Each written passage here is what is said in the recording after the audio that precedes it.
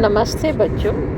हमारा आज का पाठ है कक्षा 11वीं की हिंदी आरोह भाग 1 में से पाठ 2 मियाँ नसीरुद्दीन पाठ के प्रश्न उत्तर, जिसे लिखा है कृष्णा सोबती ने।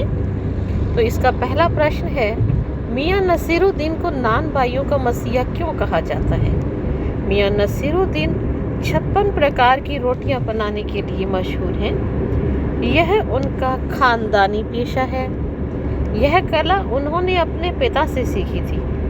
उनकी रोटियां तुनकी पापड़ से भी ज़्यादा महीन यानी कि बहुत पतली होती हैं, इसलिए उन्हें नान भाइयों का मसीहा कहा जाता है। दूसरा प्रश्न, लेखिका मियाँ नसीरुद्दीन के पास क्यों गई थी? लेखिका मियाँ नसीरुद्दीन के पास उनकी हुनर यानी कि कला को जानने के लिए गई थी। उन्होंने मियाँ के बारे में बहुत कुछ सुना था। एक पत्रकार होने के नाते वह उनकी कला के बारे में जानकारी प्राप्त कर उसे प्रकाशित करना चाहती थी। नेक्स्ट, बादशाह के नाम का प्रसंग आते ही लेखिका की बातों में मियाँ नसीरुद्दीन की दिलचस्पी क्यों कम होने लगी?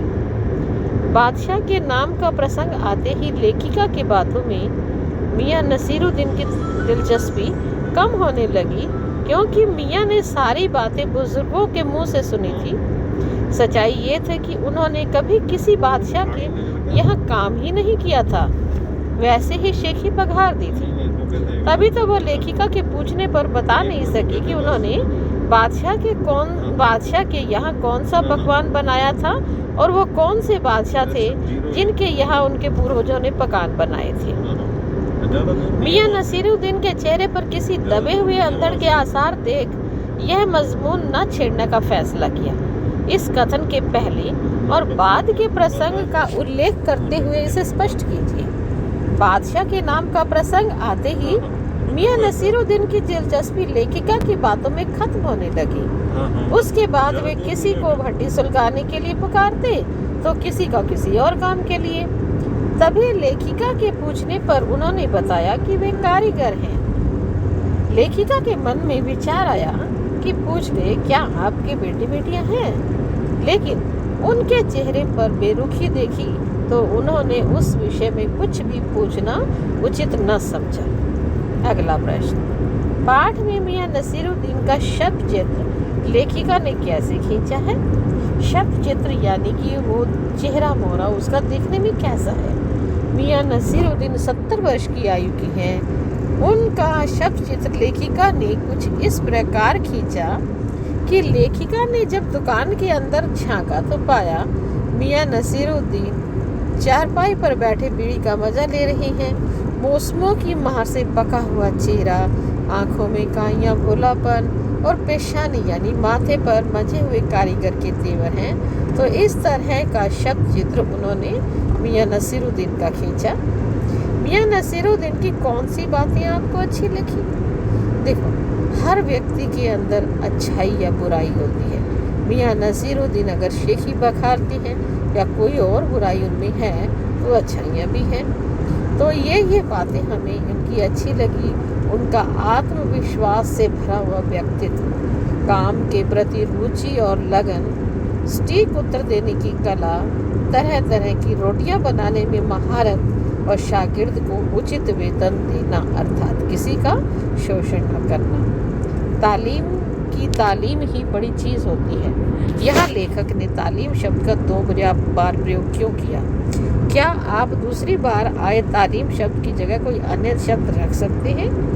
लेखिका ने तालीम शब्द का प्रयोग 2 बार किया। क्रमशः उनका अर्थ काम की ट्रेनिंग, शिक्षा देना और दूसरा है शिक्षा देना। दूसरी बार आए तालीम शब्द की जगह हम तालीम की शिक्षा भी रख सकते हैं। मियाँ नसीरुद्दीन तीसरी पीढ़ी के हैं जिसने अपने खानदानी व्यवसाय को अपनाया।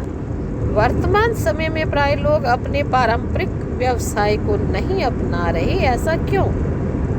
देखा जाए तो वर्तमान समय में लोगों की मानसिकता आधुनिक परिवेश के अनुसार ढल गई है। अनेक प्रकार के आधुनिक काम उन्हें आकर्षित करते जा रहे हैं। वे अपने पारंपरिक व्यवसाय से दूर होते जा रहे हैं। अधिकतर युवा नौकरी करना पसंद करते हैं।